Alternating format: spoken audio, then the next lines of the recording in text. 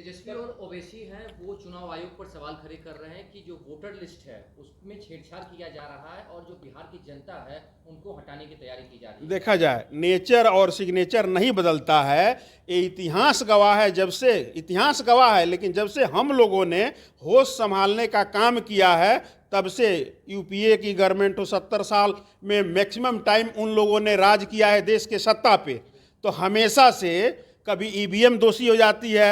केरल में जब उनका, कर्नाटका में उनका सरकार बनता है, वहाँ ईवीएम जो अच्छी हो जाती है।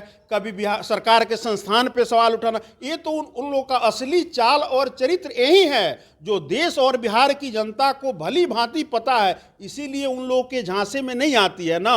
लोकसभा चुनाव में इसका अभी कुछ ही दिन पहले लोकसभा जो चुनाव हुआ उसमें इन लोगों द्वारा जो भी जुमला या जो भी प्रोपगंडा फैलाया गया, देश की जनता सहित बिहार की जनता ने इन लोगों के ऊपर भरोसा किया नहीं किया, क्योंकि इन्होंने जनता के बीच में, इन लोगों ने जनता के बीच में अपना विश्वास जो है खो चुका है, खत्म कर चुके हैं लोग। तो ये कुछ भी कहेंगे, चिल्लाते रहेंगे। अब दोषी यही हैं, अब सीबीआई पे करेंगे, अब कुछ दिन में देखिएगा न्यायालय पे करना भी शुरू कर देगा लोग। टीपा टिप्पणी तो करता ही है लोग, खुल के न्यायालय पे भी करेगा लोग। लेकिन तेजस्वी यादव और कांग्रेस की तरफ से ये कहा जा रहा है कि आखिरकार चुनाव के वक्त में ही ये संशोधन करने की जरूरत क्यों पड़ी है, जो 22 साल पहले हुआ था तो अब अचानक से क्यों? देखा जाए, चुनाव आयोग एक स्वतंत्र एजेंसी है, तो उसको कब क्या करना है ये ना नेता प्रतिपक्ष डिसाइड करेंगे या ना माननीय मुख्यमंत्री डिसाइड करेंगे। वो एक स्वतंत्र एजेंसी है, उसको जब जिस चीज़ की जरूरत पड़ेगी, जब जिस चीज़ की जरूरत लगती है, वो अपना स्वतंत्र रूप से काम करता है। इस पे अगर कोई ओछी टिप्पणी करता है तो उसके मानसिक दिवालियापन को दर्शाता है। इससे ज़्यादा हम लोग क्या कहने का काम करेंगे। सबसे पहले समझने वाली बात है कि जिसके डीएनए में, अदरवाइज नहीं लिया जाएगा, मैं डीएनए की बात किया, कि जिसके डीएनए या जिसके कल्चर में जो चीज़ शामिल रहता है वो उसी की बात करता है। उन लोगों का पुराना इतिहास या ट्रैक रिकॉर्ड उठा के देखा जाएगा तो उन लोगों ने कभी जनता के भलाई वाला काम को नहीं होने दिया है। जब भी उन्होंने किया है, क्योंकि भला हो जाएगा तो जनता उनके बहकावे में नहीं आएगा, इसीलिए वो भला करना चाहते नहीं है।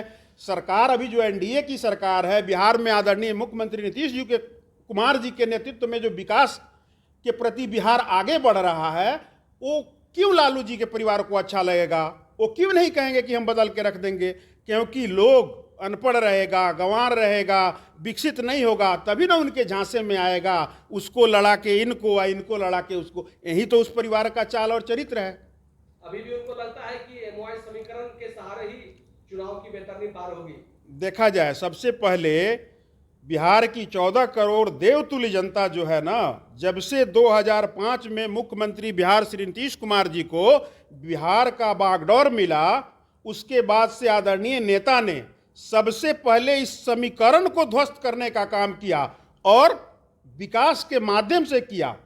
हमारे नेता का स्लोगन है कि हम वोट की नहीं वोटरों की चिंता करते हैं, पूरा बिहार मेरा परिवार है। तो उस परिप्रेक्ष्य में उन्होंने बिहार के सबसे निचले पायदान पे जो व्यक्ति खड़ा था उसके उत्थान के लिए सबसे लाभकारी योजनाएं पहले चलाई।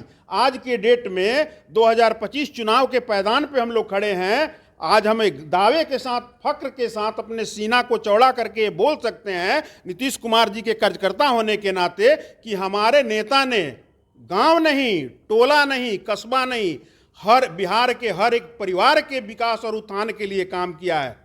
यही तो नीतीश कुमार जी का वो है कि पूरा बिहार मेरा परिवार है। तो यहाँ कोई समीकरण काम नहीं आएगा। नेता प्रतिपक्ष और विपक्ष जो है वो जुमला और प्रोपगंडा हमेशा करते रहा है। बिहार की जनता अब काफ़ी होशियार हो चुकी है। हर आदमी को विकास पसंद है।